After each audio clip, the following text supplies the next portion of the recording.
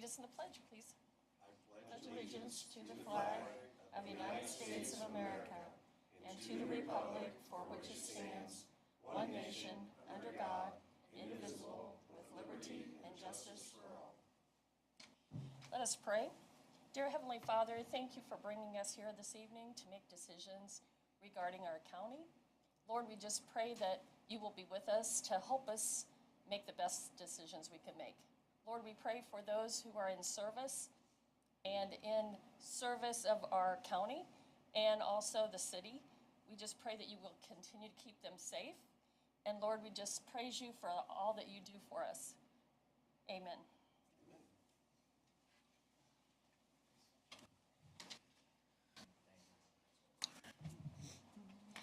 Okay, we're going to open with this meeting on Tuesday, March 3rd. And we'll start out with minutes from February 3rd, 2026, the regular session. So I'm going to entertain a motion to make for the minutes. I'll make that motion. Do I have a second? Any discussion?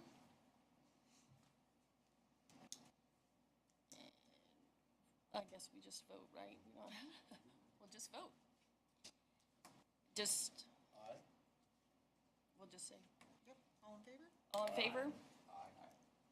Those opposed?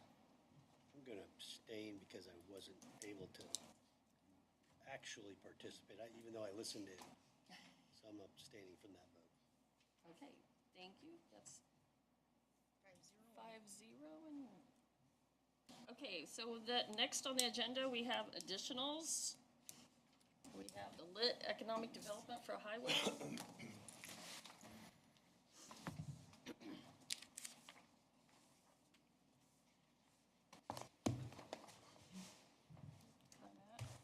Good evening. I do have a few additionals. I didn't know, do you want to do all of mine while I'm up here? I think so. Okay. All right.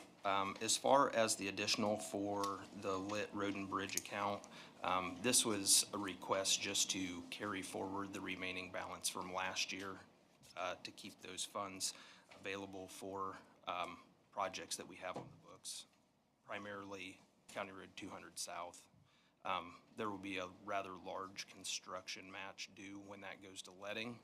So we're just kind of trying to keep those funds together so that they're available when needed. I've got a question on that, Nate. Sure. I'm just curious, it showed that might be a 2027 bid letting possibly? Yes, July. It is, okay. Yep. At that point, do we have any idea where our match might be, or at this point with engineer estimates, or is it too early to? I only say that because it's gonna be, is that a federal project? Yes, So it's an 80-20, so we have to come up with 20%? correct. Yes, That's, I was just gonna say, that's a big project, I believe. it is. It is. And that is why I'm trying to keep these funds rolled in together. That way we have those funds. Right now, I'm projecting that we will have the funds to do the match Okay. at the time needed. Okay. So, Because sometimes, if we have to go out and dig into the piggy bank, we just want to make sure we have the sure. monies when that project comes around. I'm going to sound dumb here, but what is the project? Like, what are you doing on the project? So County Road 200 South, from where it ties into the Hoosier Highway project that we completed last year, and then heading towards State Route 1, building an overpass over the railroad. Well, I had heard that, and I just wanted to see if that's what you were talking about. Yes. Heard that, and being that I go there every day, today there was a train that just stopped there, but, that would certainly help. Yes, absolutely. Yeah, and I'm sure that's why. This is an overpass on 200 Correct. on that railroad track there that is often blocked in the fall. Yeah, usually, probably more frequently during harvest, just Yeah. because of the ethanol plant. Right. Actually, it's quite busy now. They're bringing lots and lots of grain in, and they have been for the last few weeks, bringing in lots of grain. And then the next morning, they're sending out lots of ethanol. So it has been, we had a bus that was stopped for 25 minutes there. And, Yeah. I've been stopped several times where it looks like, oh, they're almost done, and then you notice that they start slowing down, and they come to a complete stop, then they back up, and then they go forward, and, yes, And that's the one with with the joint venture with the city, right? correct. So there's our portion and their portion when it gets to that time frame, right? Even currently, even through the PE phase, they've been sharing cost on that. Yep, that's correct. How many crossings will there be moving south at that point? If there's an overpass there, we've eliminated one crossing. Are we down to one crossing at that, in that stretch of? The next one is Travisville. Correct. Travisville is the next one because they've eliminated two of them. So from 200, where just south of the ethanol plant, that one's open. Then there's two that they've destroyed, basically. Closed as And part then of the closed. highway. And then the next one is Travisville. So, yeah. Then with the road being closed, it's not of much issue anyways, that those other two have been closed. I mean, a lot of people would have taken that as a shortcut at times, but No, can't anymore, I've tried. it's, yeah. Also, I had a question, and I believe you talked about this maybe a few months ago, something about striping. Yes. So will there be striping done, and when do you think that would be done? And, because there's a lot of roads that, So you're talking about the striping contract separate. You're not asking if this project will have striping? no, because yes, I'm it not will. asking about this, no. Okay, yes, I will actually get to that in another appropriation that I'm Sounds making, good. so. I can actually do that one next since you brought it up, but yes, there is a durable pavement marking contract. It has been let and awarded, so our construction match is due, and that is set to start this summer. What we're trying to do is get some of the roads that are in that contract to be striped are roads that we are going to chip seal before they stripe them. So it will happen later, like midsummer. But to speak to that appropriation, I am requesting an $84,500 appropriation, and $76,200 of that is for the construction match, which it is a 90-10 federal, so that is our 10% match. And then the remaining $8,300 of that appropriation will be used to pay for our 10% portion of construction inspection on that project. And that works through a reimbursement. The construction inspection is more than that, obviously, but that's reimbursed through our account. So the 84.5 is our total portion. Correct. And when we talk about that, is that like countywide? I mean, where It is not, it is countywide as in its various roads through the county, but this was part of a highway safety improvement project. That's what the 90-10 grant was for. So I actually worked at looking at where we've had a history of like runoff road crashes, because that's primarily what striping helps to mitigate.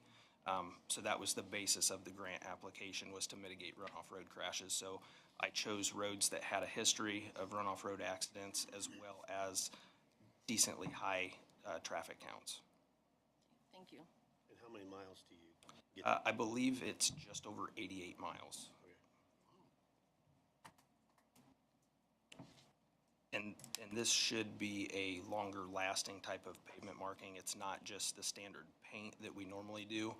We went after durable markings, which have a longer lifespan, which is also why we wanted to try to chip some of the roads that were close to needing chipped ahead of the application. My final request is for an appropriation in the highway garage fund. I believe Matt was in last month talking about some equipment purchases that he was making, and as you know, he's been doing kind of a comprehensive analysis of our fleet and making some upgrades there, trying to get us on like a routine life cycle replacement. And in working into that, obviously it eats up our equipment budget rather quickly, replacing trucks and things of that nature. So we had identified a couple other purchases above and beyond our normal equipment budget, which was why I had requested the appropriation from the garage fund. And that appropriation covers 3 additional pieces of equipment beyond what we were planning to purchase out of our highway equipment budget. Those pieces of equipment were a force feed loader, a box broom attachment for our skid loader, and a pair of mobile lifts. The mobile lifts we use to lift our dump trucks, and currently we have 4, and it's more typical and much safer to use 6, so we're buying an additional pair. Where's the money? Is the money coming from lit? I was looking up the top where it referenced lit remainder carry forward and additional appropriations. It's the same letter for all 3. Is it, okay, So, all coming from the same? yeah, when he talks Okay. about lead, he's talking about the first ask for. Okay. I just seen at the top, I didn't know if we had a separate garage fund. There is a separate garage fund. Yeah, 4905, I believe. Okay. Do we want to just do, anybody want to make so that's all the presentation? Anybody all have I've any got. questions? I think we questioned him enough. Okay, anybody want to make a motion to approve these, or? So moved. I'll second Brandon's motion. Thank you, Brandon. Thank you, Steve. These are all 3, correct? Yes, all 3. Thank you.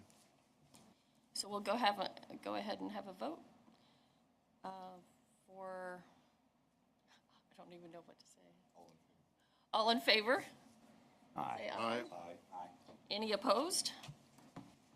Motion carried. Thank you. Thank you, Matt.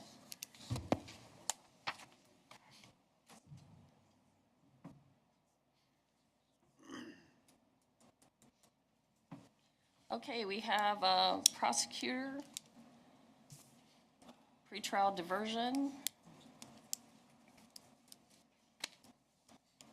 Does he cost you too? Okay. No. The CASA grant, I have to do that? Because it's on our list. As the, really? Okay, we'll talk about that. All right.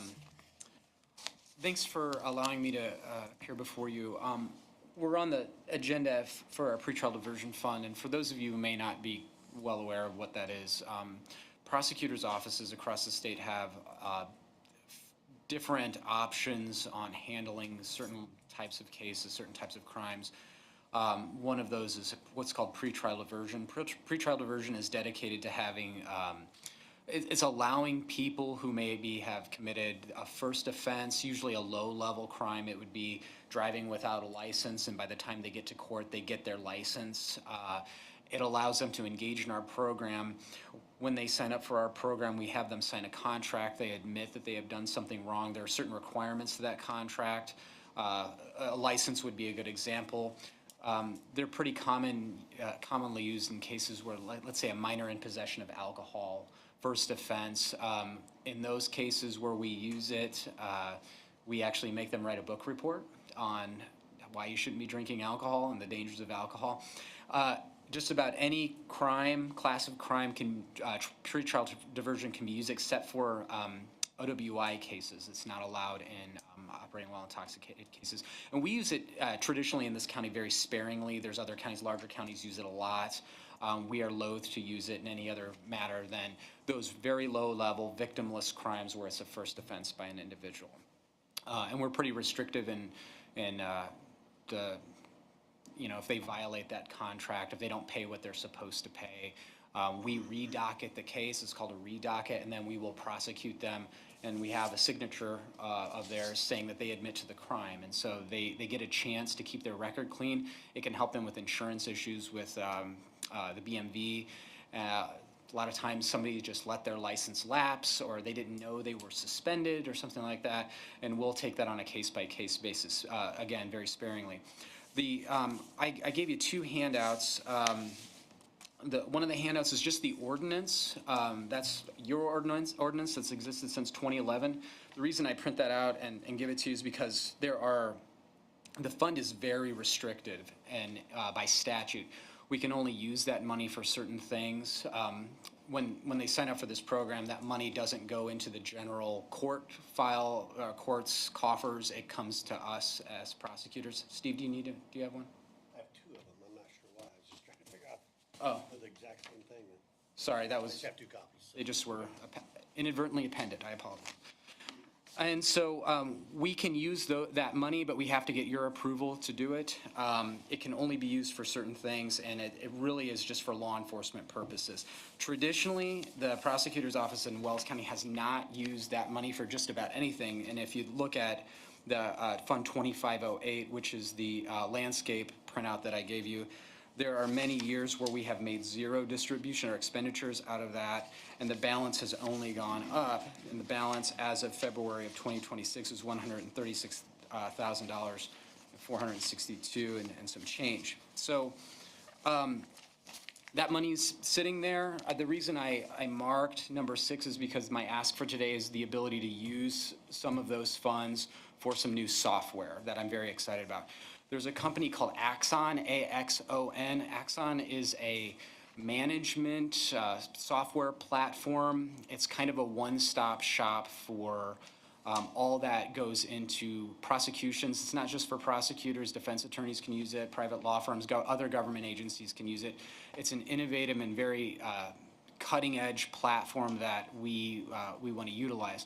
We want to utilize it for one main reason, is that since I've been practicing law, the amount of data that we have to collect in any one case, even the smallest case, is absolutely incredible. 20 years ago, you could have, let's say, a murder case. You might have a VHS tape, even back then, of an interview. You might have some recording of, like on those little micro cassettes that you can't even find anymore. Maybe some CD-ROMs. We were starting to use those. All of that information has to be gathered. It's gathered by law enforcement. It's given to us, and we as prosecutors have a big obligation with regard to that data. We have to keep it secure. A lot of it's private information. We actually have a dedicated fax machine in our office to receive certain information because we can't send it over email. It's too insecure. So we have to keep these things secure, and we have to keep them sometimes forever. We have to hold on to it. We also have to provide what's called discovery to defense attorneys. Defense attorneys have to know what the facts are. I can't just say your client committed a crime. I have to give them basically my file. I have to open it up to them. And when you're dealing with 4K video, the body camera, cell phone downloads, I don't think you can drive through town and not be on video somewhere. All of that's relevant data that we have to bring in, catalog, organize, and share with the defense attorneys. And it's just exploded over the last few years. It's remarkable. It's a blessing and a curse because we're here dedicated to the truth. We want the more information, the better. But it's also a curse because we spend a lot of our time now in our office just digging through these videos and making sure that we're not missing anything. It's just the man hours have taken a big toll on especially small offices such as ours. So we have to hold it, we have to share it. We can't share everything all the time. Sometimes there's some restrictions, so we have to go through that. And then we also have to be able to use it. Well, we may end up in a jury trial, and you all may be jurors someday. I would be in front of you presenting evidence, and if 10 officers go to a scene, those 10 officers all have body cameras. And all that information that comes from them is relevant data that could be used at trial. We have to go through every single piece, boil it down. I tend not to like to bore jurors with 10 hours of footage of someone who's just standing a block away to make sure nobody drives away. I try not to do that. But we have to dig through these things. And it's not uncommon. In fact, Tim, I think maybe your last trial had to do this. There's information that comes up in a lot of our documentary evidence, which is video is documentary evidence, that we want to use a part of it, but we can't use all of it. And so we'll show a video, let's say, of an interview, but if a defendant says something, or if the law enforcement officer says something, sometimes the judge ahead of time will say, no, you can't, the jury can't hear that. They'll say that. And that's a very normal thing. There's rules of evidence that are in play. And we have to go into the videos and engage in redaction. So we're cutting up videos. And so sometimes when we play videos, jurors will say, no, it's skipping a little bit. It looks like there's a problem with the video. It's not. It's actually, we have to cut these things up. So we're dealing with massive amounts of data and getting it together. I don't know, how much time did you spend on that redaction issue that you had? This last trial, I mean, 4 or 5 hours for about 6 minutes worth of video. Yeah, it's a lot of work. And larger offices have an internal IT department or some tech kind of people. I know Allen County does. We obviously I'm not asking for that, but I am going to ask for this. So this program, Axon Justice, is an excellent program where it really brings everything together. So we will have, once we are on board, we will have ways for law enforcement officers to plug in to their own systems. And every office has a different system. City uses Motorola. There's other programs that are out there. They're given a prompt. They're able to go directly into this program, and everything gets centralized. All the information goes right into our system. We're able to access all of the documents, all of the videos, audio, anything that might be there. It's organized very well. We have to organize it, but we tell it what to do, and a lot of it's automated. Once we get the prompts down, it'll be automated and going right to the same place. Currently, we use a program called PCMS.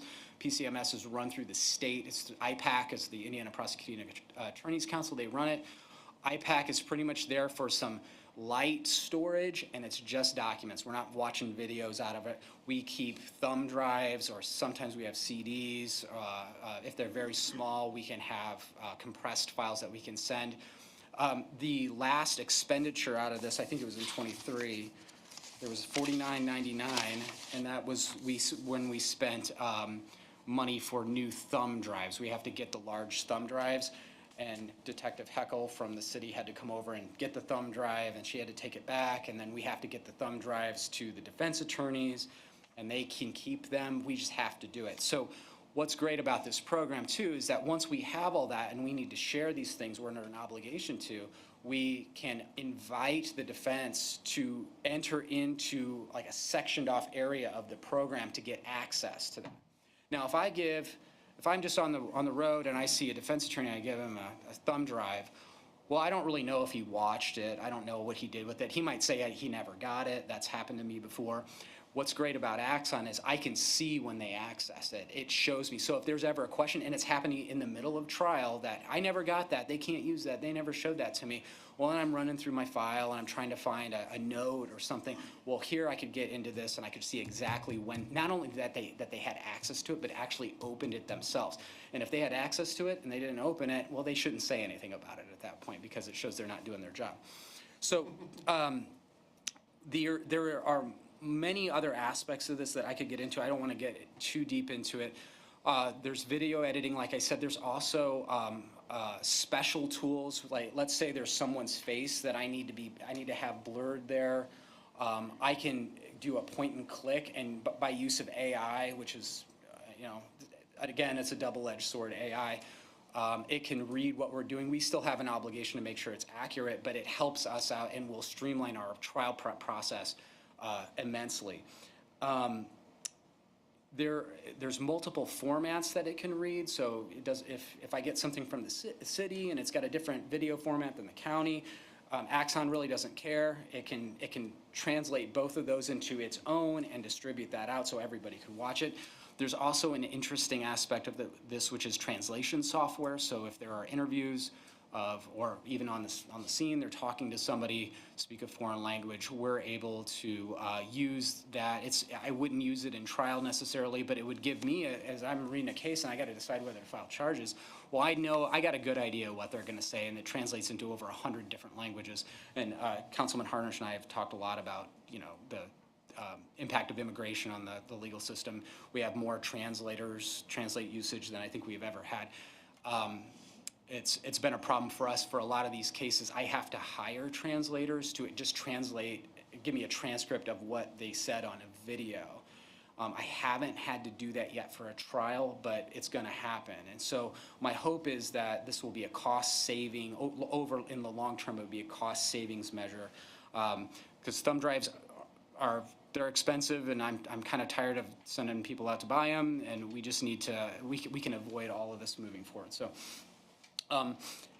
and why I think it'll continue to be a problem is because I don't think the technology is going to go backwards. I mean, it's just incredible. It's 3 years ago now, we prosecuted Riante Moore for attempted murder at Byrne Apparel in Ossian. Byrne Apparel had just installed 4K security system in their factory, and it was awesome. It was so neat. We couldn't handle the data at that time. We couldn't handle the amount, and we had to actually ask them to help us. Their IT department put everything together for us, so we were enlisting, and they did it just because one of their men was victimized in that case, and we were able to secure a conviction in that case, you know, but it took them a long time to do it. And it was kind of neat because he's walking through a factory and they split up the video. So it was almost like watching a movie, you know, he's walking through and then it's just kind of switches over and it's over here. We were able to play that to, you know, in a trial. That's very compelling evidence. That would have taken us, you know, I think Tim and I have about the same technical abilities, so let's just say we never would have been able to do that without him. This program does that. So on December 31st of last year, I spoke with Axon and I entered into just kind of a memorandum of understanding. We're not fully on board until April.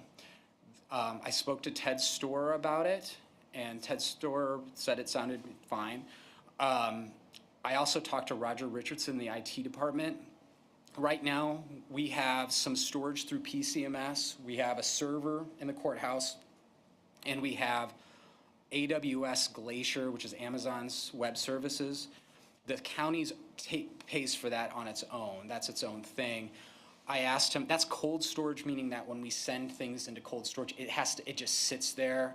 And to get it back out, we have to like ask for them to give it to us. We don't have it. We have to ask for them to pull out, and there's a time delay in that. And I asked him, I said, well, is that a problem for you? And he suggested that this is a good idea for the prosecutor's office, simply because of the sheer volume that we're getting here, is that the server will get full, the AWS is going to get more expensive. He said, you know, if you can do it on your own, that might be best. Also, he's not our IT guy, he's the county's IT guy, and we're using him for all of these things. So in looking at the pretrial diversion fund that's there, I thought, well, if we could at least pay for 1 year out of our pretrial diversion fund, and the amount for 1 year, this first year would be $16,589.16. We could try it out. There's an out clause in the contract with Axon where if you decided to not pay for this through county general, the contract would terminate, okay? So I'm not asking you to do that. What I'm asking is for approval from the county to allow us to pay for 1 year. I'll come back next year. We might not like it. We might decide we're gonna move in a different direction, but to utilize the money that's sitting in pretrial diversion for that, deploy this program, start to utilize it, and then a year from now, I will come back to you and tell you how it's been. I imagine that I can talk about all the efficiencies, how it's grown, how we're set for a while with this. But if it's not, I'll be frank with you. You know what? We tried it and we were doing fine without it. So that's the request, and I'm happy to take any questions. Remind us where the money for the pretrial diversion funds comes from. So when someone is convicted of a crime, they pay fines and costs. When someone, and that goes into the clerk's office and it gets distributed any number of different places depending on what they do. This pretrial diversion program, we're not getting a conviction, but they're still paying those fines and costs. It's just going into the pretrial diversion fund. So apparently the fund is growing 10 to 15,000 roughly a year. Yeah. So it might never go down even if we do use this, I agree. or it will go down slightly, potentially. Right. One thing kind of confused me though, just a little bit, to take it out of pretrial, that's no problem. If you didn't like it and would you, something about general, if you didn't take it?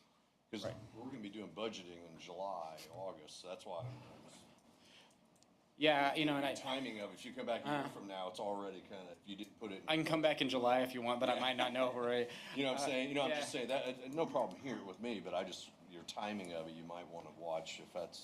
I mean, You we couldn't may- use pre-trial diversion again to do it for another year? Yeah, what you're saying? they're 5-year commitments. We have enough in there to pay for 5 years right now. The reason I say that is, and I tell you that is because it's not like we signed a 5-year commitment that we can't get out of as a county. There is an out, and, you know, it doesn't, the trend is what the trend is. I don't know what the pretrial diversion fund, there could be legislation that changes it and it may change. I just wanted you all to know that I have not made the type of commitment that's going to, I don't need to dip into county general right now. I don't anticipate, we don't use this money for just about anything. And so, but there's an out there if we want one. And at this point, the 16 is an annual cost? Yes, that'll be. It will stay the same cost? For 5 years, we have that locked in. And the reason I say December 31st is because at 4 o'clock on December 31st, I did that so we could get a 10% discount.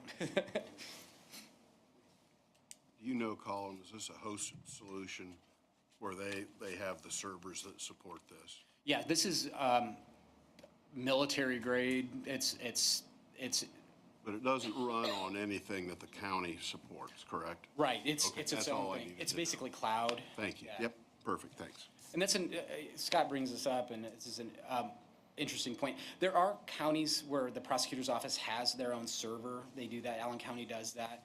That's becoming more and more expensive to keep a server just because the data is, and I'm guessing Allen County's into their second server at this point. And the room we keep our server in the courthouse is pretty small, so I don't think we need to add another one there. Okay. Any other questions? If not, I'll entertain a motion. I'll make a motion that we approve the pretrial diversion funds to be used for this software. Can't remember exactly the name of the software. Axon, AXON. Second. We've had a motion and seconded. All those in favor? Aye. All those opposed? Yeah, you did a great job. Do you want to address I mean, it looks like the CASA grant is guardian ad litem. They just are asking for appropriation for that. Yes, it's judge. You don't really have to, yeah. I don't want to speak for Judge Karakoff, but I know that program's important, and They have to provide this match. The county, this comes out of the judge's funds. And so he has deposited that amount in this fund. It just needs to be appropriated so that they can spend it. Okay. it's an important program. It's very useful. Unless anybody has a question. I'll make that motion. Thank you, Scott. And anybody want to second it? Thank you, Todd. Okay, all those in favor of that? Aye. Against? Thanks, guys. All right, thanks, guys. Motion carries 6-0. We'll make it sound like we did it all. I have appointments. Nothing? Okay. Other business, miscellaneous business. Anything there, Lisa? Well, anybody want to entertain a motion to adjourn? I'll make that motion. I'll second it. All right. Well, Scott has to get home before